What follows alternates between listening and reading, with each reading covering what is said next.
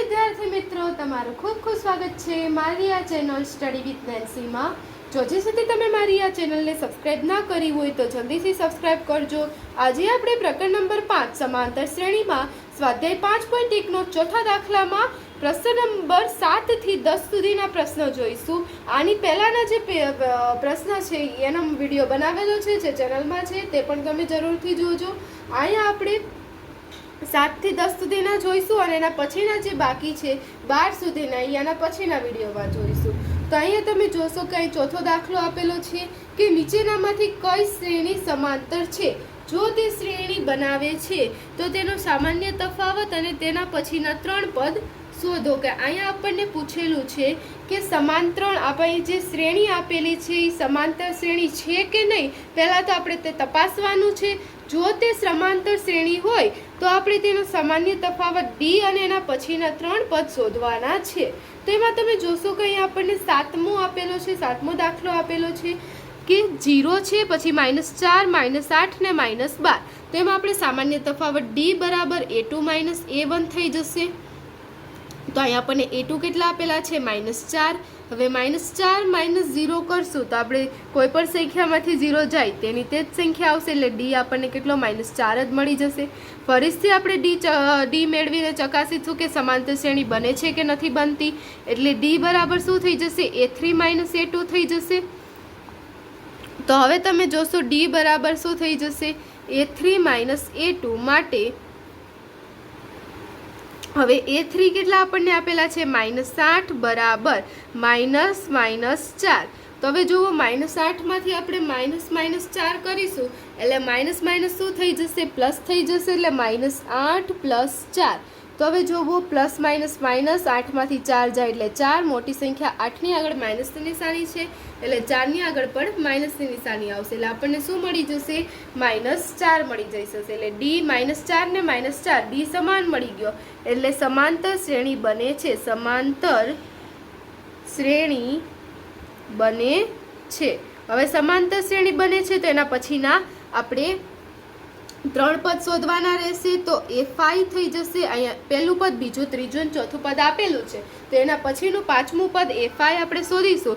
તો a5 બરાબર શું થઈ જશે a + 4d। આ ડી છે એ આ જે નંબર હોય એના કરતાં 1 ઓછો હોય છે, એટલે a5 બરાબર a + 4d થઈ જશે। તો એ કેટલો આપણને આપેલો છે 0, 0 + 4 × -4। તો હવે જુઓ 0 + 4 × -4 ચોકે 16 એટલે -16 થઈ જશે, પ્લસ માઇનસ માઇનસ 0 માંથી 16 જાય એટલે -16 આપણો જવાબ આવશે। હવે a6 એવી જ રીતે આપણે શોધી લઈશું કે a + 5d। તો હવે 0 + 5 × -4 થઈ જશે, d -4 મળ્યો છે। તો હવે જોવો 5 × -4 એટલે 5 ચોક કેટલા થઈ જશે 20 થઈ જશે, અને પ્લસ માઇનસ માઇનસ એટલે -20 આપણો જવાબ આવશે। 0 થી કોઈ ફરક પડતો નથી, કોઈ પણ સંખ્યામાં 0 પ્લસ કરીએ તેની તે જ સંખ્યા આવશે, એટલે a5 - 16, a6 - 20 અને a7 બરાબર થઈ જશે a + 6d, એટલે 0 + 6 × -4। તો હવે જુઓ 6 × -4, 6 ચોક કેટલા થઈ જશે 24 થઈ જશે, એટલે પણ માયા કેવી નિશાની છે માઇનસની, એટલે કેવા આવશે -24। તો આ જુઓ આપણને ડી મળી ગયું, 5મું પદ, 6થું પદ અને 7મું પદ મળી ગયું। તો હવે એના પછીનો આપણે 8મો દાખલો જોઈએ। તો અહીંયા તમે જોશો 8મો દાખલો આપેલો છે -1/2, -1/2, -1/2 અને -1/2। તો હવે તમારે આમાં ડી શોધવો છે, તો ડી બરાબર a2 - a1 થઈ જશે, માટે a2 કેટલા છે -1/2 -1/2।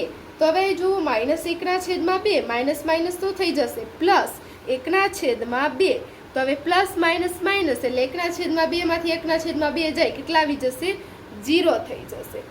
આમાં તમે સીધું પણ રકમ જોઈને જોઈ શકો છો કે આમાં કોઈ વધારો કે ઘટાડો નથી જઈ શકતો, એટલે આમાં કેટલો એડ કરતા હશે, દર વખતે 0 0 એડ કરતા હશે, સામાન્ય તફાવત ડી 0 હોય છે, આપણે એમને પણ કહી શકીએ છીએ, પણ આપણે એને ગાણિતિક રીતે દર્શાવીશું। એટલે પાછું આપણે a3 - a2 કરીએ એટલે -1/2 માઇનસ -1/2. હવે અહીં પાછું 2 વાર માઇનસ માઇનસ આવ્યું એટલે પ્લસ થઈ જશે.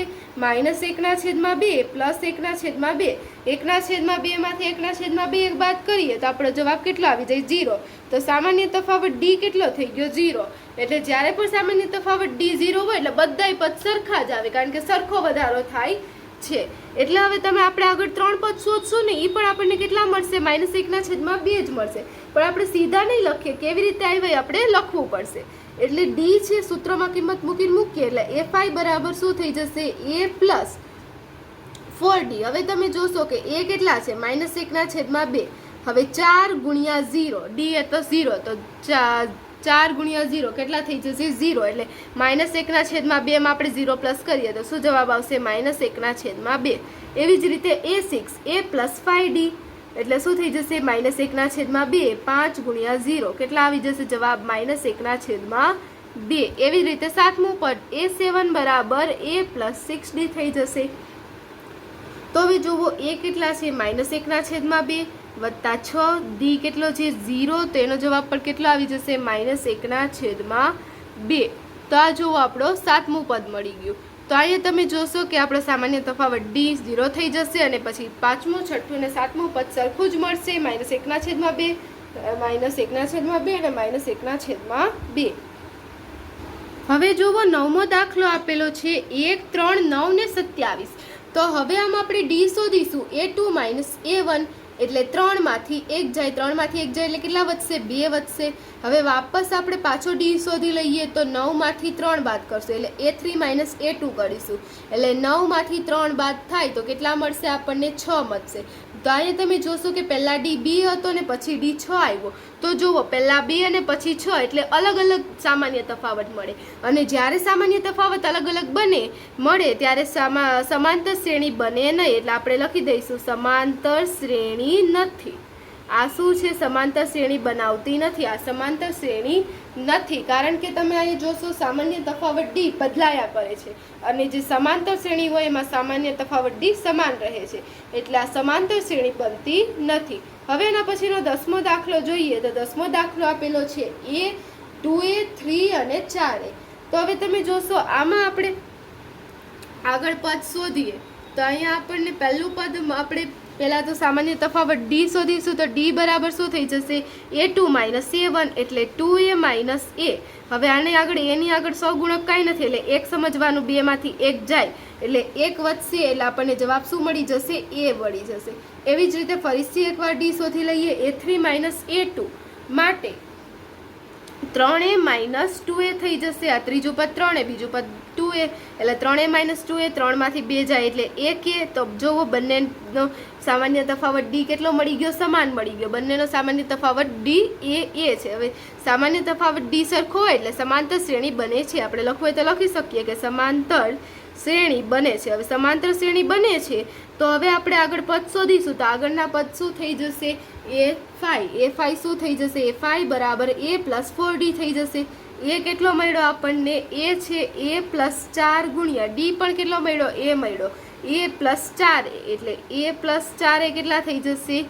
a પ્લસ 4 એ કેટલા થઈ જશે? એ 5 એ થઈ જશે. અહીંયા 1 છે અને અહીંયા 4 છે તો 4 ને 1 5 થઈ જાય એટલે 5 એ મળી જશે. એવી જ રીતે a6 થઈ જશે a પ્લસ 5d. તો હવે તમે જોશો a પ્લસ 5 ગુણ્યા a. તો હવે તમે અહીંયા 5a થઈ જશે. અહીંયા 1 અને અહીંયા 5 5 ને 1 કેટલા થઈ જશે? 6 એટલે એના પછીનું પદ આપણને મળી જશે 6. પછી સાતમું પદ a7 મળી જશે a પ્લસ 6d. તો એ આપણને કેટલું મળી જશે? a પ્લસ 6 ગુણ્યા a. અહીંયા ડી કેટલો આપણને મળ્યો? તો a એટલે અહીંયા a લખો. હવે અહીંયા 1a છે, અહીંયા 6a છે તો 1 ને 6 કેટલા થઈ જશે? 7a. તો આપણને સાતમું પદ મળી ગયું. તો અહીંયા તમે જોશો આપણો સામાન્ય તફાવત ડી અને પછીના 3 પદ આપણને મળી ગયા. તો આ જોવો આપણા 10મા દાખલાનો જવાબ આવ્યો. અહીં આપણો આ વિડીયો પૂર્ણ થાય છે. જો તમને વિડીયો પસંદ આવ્યો હોય તો લાઈક, શેર, સબસ્ક્રાઈબ કરજો. Thanks for watching.